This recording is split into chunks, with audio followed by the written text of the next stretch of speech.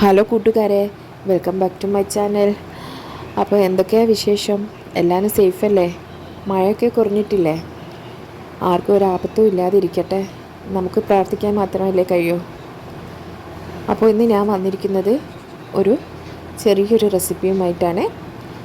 ഞാൻ അധികം ആൾക്കും അറിയുന്ന ഒരു റെസിപ്പി തന്നെ ആയിരിക്കും. അതിനുവേണ്ടി ഞാൻ മുട്ട പുഴുങ്ങാൻ വേണ്ടിയിട്ട് കുക്കറിലായിരുന്നു വെച്ചത്. കുക്കറിൽ 2 വിസിലാണ് ഇട്ടത്. അല്ലെങ്കിൽ നമുക്ക് കുക്കറല്ലാണ്ട് മുട്ട പുഴുങ്ങിയെടുക്കാൻ പറ്റും. ഞാൻ കുക്കറിലാണ്. അപ്പോൾ കുക്കറിൽ പുഴുങ്ങുമ്പോൾ ശ്രദ്ധിക്കണം, അതിൻ്റെ കാറ്റൊക്കെ പോയിട്ട് വേണം ഇത് തുറക്കാൻ.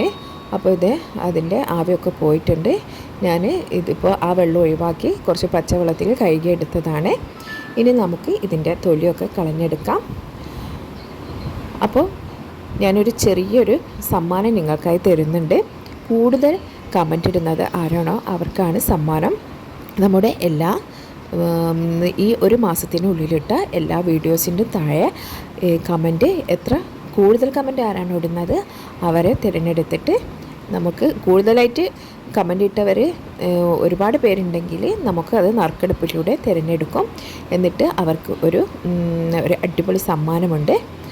അപ്പോൾ മുട്ട ഞാൻ തൊലിച്ചെടുത്തിട്ടുണ്ട്. ഇനി ഇതിങ്ങനെ വരഞ്ഞു കൊടുക്കാം. കത്തി ഉപയോഗിച്ചിട്ട് നമുക്ക് ചെറുതായിട്ട് വരയിട്ട് കൊടുക്കാം. അപ്പോൾ എല്ലാ മുട്ടയും ഞാനിങ്ങനെ വരഞ്ഞെടുത്തിട്ടുണ്ട്. അപ്പോൾ നിങ്ങൾ സമ്മാനത്തിൻ്റെ കാര്യം മറക്കണ്ട. നമ്മുടെ എല്ലാ വീഡിയോയും കാണുക, ലൈക്ക് ചെയ്യുക, അതിന് കമൻറ്റ് ഇടുക. അതുപോലെ തന്നെ വീഡിയോ സബ്സ്ക്രൈബും ചെയ്യുക, നമ്മുടെ ചാനൽ സബ്സ്ക്രൈബ് ചെയ്യുക. അപ്പോൾ എന്നിട്ട് ഞാനിതാ ഒരു പാത്രത്തിൽ കുറച്ച് മുളക് പൊടിയും മഞ്ഞൾപ്പൊടിയും ഉപ്പും ഇട്ട് കൊടുത്തിട്ടുണ്ട്. ഇതിന് വേറെ ഒന്നും ആവശ്യമില്ല. ഈ 3 ചേരുവ മാത്രം മതി. ഇനി കുറച്ച് ആവശ്യത്തിന് ഒത്തിരി വെള്ളം ഒഴിച്ചിട്ട് നമുക്കിതൊരു മസാല കുറച്ചൊരു കുഴഞ്ഞ പരുവത്തിൽ ആക്കിയെടുക്കാം. എന്നിട്ട് എല്ലാ മുട്ടയിലും ഇങ്ങനെ തേച്ച് കൊടുക്കാം. ഇത് ഒരു അടിപൊളി റെസിപ്പിയാണ്. പെട്ടെന്ന് തന്നെ ഉണ്ടാക്കാൻ പറ്റിയൊരു റെസിപ്പിയാണ്. ഇതിന് കൂടുതൽ സാധനങ്ങളൊന്നും ആവശ്യമില്ല. നമ്മുടെ വീട്ടിലുള്ള സാധനങ്ങൾ തന്നെ ആവശ്യമുള്ളൂ. ഇത് വെറുതെ കഴിക്കാനും പറ്റും, ചോറിന് കൂട്ടാനും പറ്റും, പത്തിരിക്ക് കൂട്ടാനും പറ്റും. എല്ലാത്തിനും നമുക്ക് കൂട്ടി കഴിക്കാൻ പറ്റുന്ന ഒരു നല്ല റെസിപ്പിയാണ്. നല്ല എരിവൊക്കെ ഉണ്ടാവും.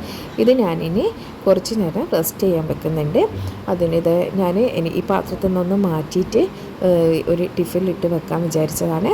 അപ്പോൾ ഞാനിതിങ്ങനെ ഇട്ട് വെച്ചിട്ടുണ്ട്. അപ്പോൾ ഈ വീഡിയോ ഇഷ്ടമായി നിങ്ങൾ ലൈക്ക് ചെയ്യണേ. അതുപോലെ തന്നെ നിങ്ങളിത് ഉണ്ടാക്കി നോക്കിയിട്ട് അഭിപ്രായം കമൻറ്റിൽ അറിയിക്കുകയും വേണം.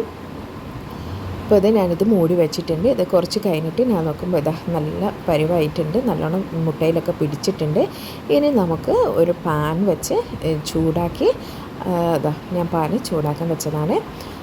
ഇതിലേക്ക് ഒരിത്തിരി വെളിച്ചെണ്ണ ഒഴിച്ച് കൊടുക്കുക. ഓവറായിട്ടൊന്നും വേണ്ട, കുറച്ച് മതി. കുറച്ച് ഒഴിച്ചിട്ട് ഇതിലേക്ക് എണ്ണ ഓവർ ചൂടാവേണ്ട. അതിന് മുമ്പ് തന്നെ മുട്ട ഇട്ട് കൊടുക്കുക. മുട്ട പൊട്ടിത്തെറിക്കാൻ ചാൻസ് ഉണ്ട്.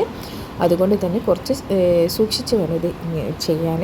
അപ്പോൾ ഞാൻ മുട്ട ഓരോന്നായി ഇട്ട് കൊടുക്കുന്നുണ്ട്. മുട്ട ഇട്ട് കൊടുത്തതിന് ശേഷം ഞാനിതൊന്ന് മൂടി വെക്കുന്നുണ്ട്. ചെറിയ ഫ്ലെയിമിൽ ആക്കിയിട്ട് മൂടി വെച്ചാൽ മതി. അല്ലെങ്കിൽ ചിലപ്പോൾ മുട്ട പൊട്ടിത്തെറിച്ച് നമുക്ക് ചെറിയ പരുക്കൊക്കെ പറ്റാൻ ചാൻസ് ഉണ്ട്. അപ്പോൾ അത് ഒഴിവാക്കുന്നതല്ലേ നല്ലത്. അതുകൊണ്ട് ഞാനിതാ മൂടി വെച്ചിട്ടുണ്ട്.